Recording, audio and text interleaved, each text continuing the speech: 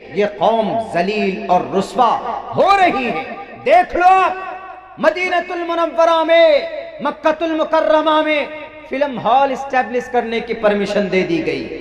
جنگ احد کے میدان کو جنگ بدر کے میدان پر بلڈوزر چلا کر اس میدان میں اسپورٹ فیلڈ، کھیل کا میدان استھاپنا کرنے کا ڈیسیژن لیا گیا۔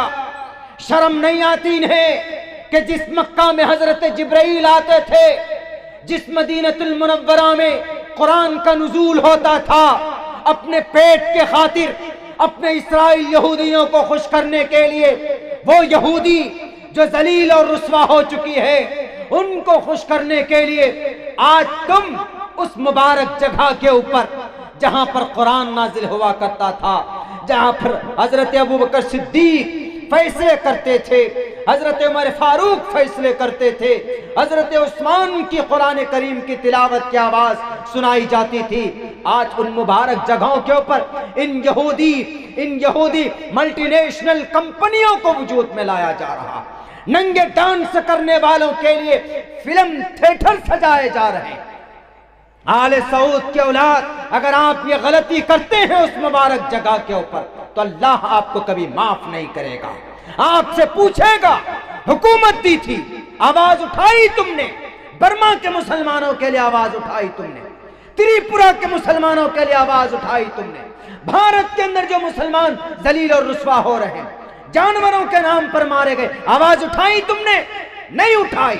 اپنے خداؤں کو خوش کرنے کے لیے تم ان کے لیے لاکھوں کروڑوں روپے کے قالین بچھاتے ہو، 10-10 لاکھ روپے کا سوٹ ان کو ہدیہ اور تحفے میں دیتے ہو، اور گیتا کی تصویر پیش کرتے ہو۔ تم سے پوچھے گا اللہ تبارک و تعالی، اگر تم نے یہ حرکت کی تو تمہیں سوال کا جواب دینا پڑے گا۔ مرنے کے بعد میں تو بات کی بات دنیا میں ہی ذلیل اور رسوا ہوگا۔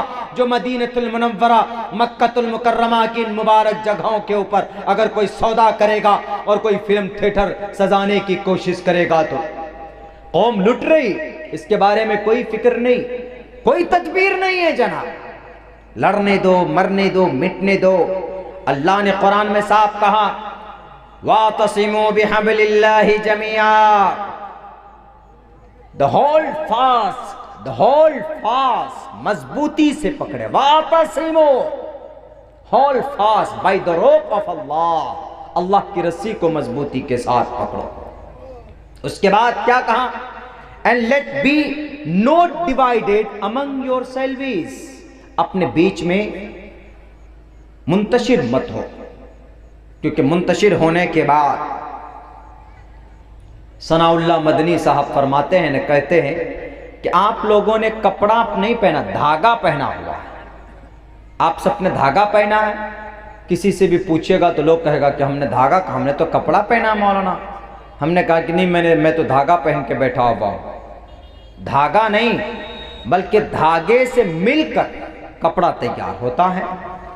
دھاگا ہے الگ الگ دھاگا، باریک پتلا، اس طرح کے الگ الگ دھاگے ہوتے ہیں، ان دھاگوں کو ملا کر مشین کے ذریعے سے کپڑا تیار کیا جاتا ہے۔ اس کپڑے کو ہم لوگ پہنتے ہیں، یوز کرتے ہیں۔ دھاگے ملے تو کپڑا بنا، تو یوز کے لائق بنا۔ تنہا کوئی دھاگا پہنتا ہے کیا؟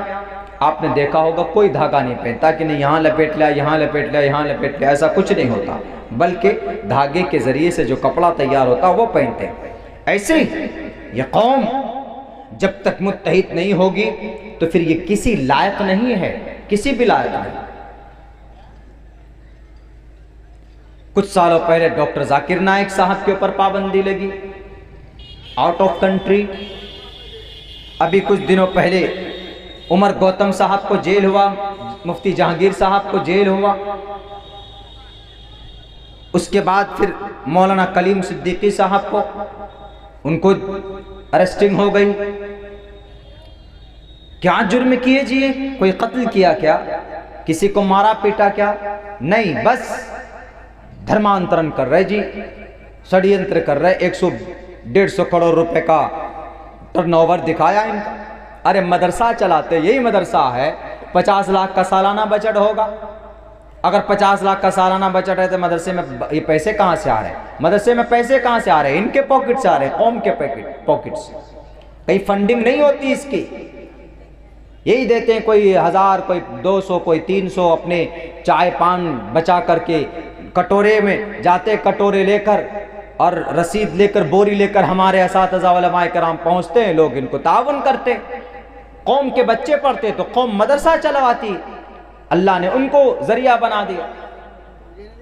نہیں جی 150 کروڑ روپے کا ٹرن اوور ہے عمر گوتم صاحب کا، یہ 150 کروڑ روپے باہر سے فنڈنگ ہوئی، اسی لیے عمر گوتم صاحب اندر جی کوئی کرمنل ریکارڈ ہے، کسی کی عزت لوٹی نہیں، کسی کو مارا پیٹا نہیں، کسی کوئی مقدمہ ان کے اوپر پہلے سے ہے، کرمنل دھارا 302 لگا کبھی نہیں جی، 307 لگا کبھی نہیں جی، 376 لگا کبھی نہیں جی، پھر کس لیے اندر ہے جی؟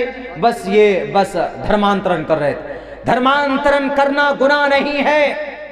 اگر میں یہودی دھرم ایکسپٹ کرنے جاؤں، اگر میں اپنی مرضی سے کرسچنٹیز کو اپنانے کی کوشش کروں گا تو مجھے کوئی مائے کا لال بھارت کے سنویدھان کے تحت، مجھے کوئی اے بی وی پی کا چیلا، مجھے کوئی بھی آر ایس ایس کا غلام، آر ایس ایس کی چاٹوکار چاپلوسی کرنے والا عبداللہ سالم کو اپنا دھرم بدلنے سے نہیں روک سکتا۔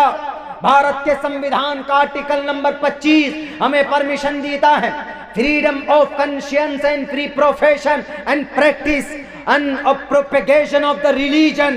ہم اپنے من سے کسی بھی دھرم کو قبول کر سکتے ہیں، ہم اپنے من سے اپنی مرضی سے کسی بھی دھرم کے تعلق عقیدہ رکھ سکتے ہیں، ہم اپنی مرضی سے کسی بھی دھرم کے مطابق اپنی عبادت کر سکتے ہیں، پوجا پرارتھنا کر سکتے ہیں، کوئی روک نہیں سکتا۔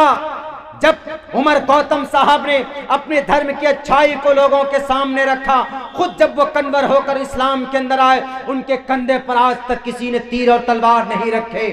ہے تو پروف پیش کرو، نہیں کر سکتے تم، ان مجرمین کو جیل نہیں کرو گے جو بیٹیوں کی عزت لوٹتے، ان کو پھانسی کے پھندے پر نہیں لٹکاؤ گے جو قتل کرتے ہیں، مرڈر کرتے ہیں۔ بس جو بیچارے امن اور شانتی کا پیغام دینے والے، کچھ دن مولانا عبداللہ صاحب کا بھی نمبر آ جائے گا کہ جی مولانا عبداللہ آپ تو بھڑکاتے، یہ نہیں دیکھیں گے کہ مولانا بھڑکاتے نہیں ہیں، مولانا بھارت کے سنویدھان کو لوگوں کو پڑھ کر سناتے، یہ نہیں، صرف مولانا بھڑکاتے۔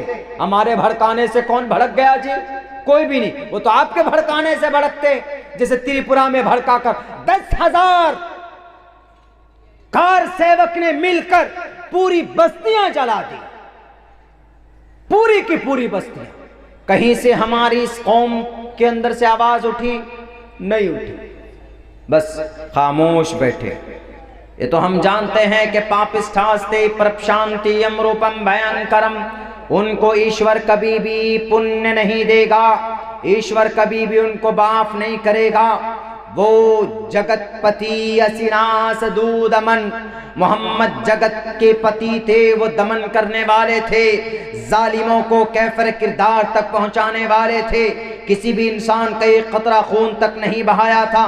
ہم اس نبی کو مانتے ہوئے ہمارے صبر کا امتحان لیا جا رہا، اور ہم قوم ایسے ہیں کہ اس کو مصلحت سمجھ کر چپ چاپ بیٹھے ہیں۔ اجی وہ تو تریپورہ کے مسلمانوں کے ساتھ ہوا نا، گجرات کے مسلمانوں کے ساتھ ہوا نا، میرٹھ کے مسلمانوں کے ساتھ ہوا نا، تبریز انصاری کو نہیں مارا گیا، ہمارے گھر میں کچھ نہیں ہوا، ہمارے گھر میں جس دن ہوگا اس دن دیکھ لیں گے۔ میرے بھائیو، اللہ کے نبی نے کیا کہا؟ اللہ کے نبی نے کہا کہ المسلم کجسد واحد، آپ ایک جسم کے مانند ہے، جسم کے کسی حصے میں اگر کٹ لگ جائے یا کوئی دقت ہو، اگر اس ہاتھ میں تکلیف ہو تو دوسرا ہاتھ آپ کا اٹھ کر اس کو پکڑ کر پٹی کرتا ہے، اس کو اٹھاتا ہے، اس کو بٹھاتا ہے۔ یہی مثال ہونی چاہیے ایک مسلمان قوم کی۔ اگر تریپورہ کے مسلمانوں کے ساتھ ظلم و زیادتی ہے، ہمیں آواز بلند کرنی چاہیے، ہمیں ایک ایک پرکھنڈ کے بیڈیو کو، ایک ایک ڈسٹرکٹ کے ڈی ایم کو، آپ کے پورنیہ تو کمشنری ہے، بلکہ یہاں پر ہمیں پروٹیسٹ کرنا چاہیے، میمورنڈم دینا چاہیے، کیس فائل کرنا چاہیے۔ ایف آئی آر کرنے میں کیا جاتا ہے، کچھ پیسے خرچ ہوتے ہیں، کرنا چاہیے، اور میڈیا کے ذریعے سے اپنی آواز بلند کرنی چاہیے، لیکن نہیں کریں گے۔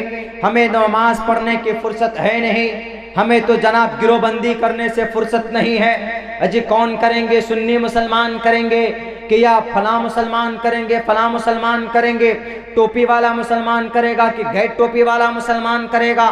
ہم تو صرف یہ دیکھتے ہیں کہ نہیں جناب نماز میں آپ ہاتھ کہاں باندھتے ہیں، آپ نماز کے بعد دعا کرتے ہیں کہ نہیں کرتے ہیں، اس کے بعد یہ دیکھیں گے کہ تم محمد پہ درود بھیجتے ہو کہ نہیں بھیجتے ہو، اس کے بعد ہم یہ دیکھتے ہیں کہ نہیں جناب اچھا وہ آپ نماز میں عذاب اقامت میں کتنے کلمات کہتے ہیں.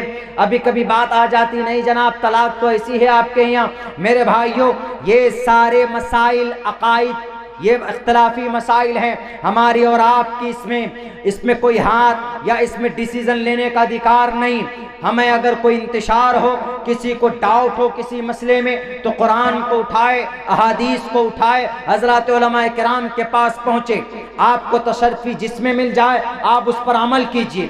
لیکن یہاں پر ہوتا ایسا ہے کہ اسٹیج کے ذریعے سے اس قوم کو الگ کر دیا جاتا ہے. تم فلاں مسلمان، تم فلاں مسلمان، تم فلاں فلاں مسلمان کرتے رہو. یہودی ایک پلیٹ فارم پر ہے، خدا ان کا الگ الگ ہے. خدا مطلب یہودی حضرت عزیر کو اللہ کا بیٹا بھی مانتے ہیں، حالانکہ ان کے یہاں خدا کے اندر شرکت ہے، لیکن وہ یونٹی بنائے ہوئے. بتائیں مجھے کہ یہودی کی کلیسا الگ الگ ہوتا ہے، یہودیوں کا، کرسچنٹیز کا، ان کے چرچ الگ ہوتے ہیں، ان کے کلیسا الگ ہوتے ہیں. کرسچنٹیز کے اندر 3 طبقہ ہے، کیتھولک، آرتھوڈاکس، سلطانیہ. مگر جب بات آتی ہے ان کے مذہب کی، پوری ملت کی، وہ یہ تینوں ایک ہو جاتے ہیں.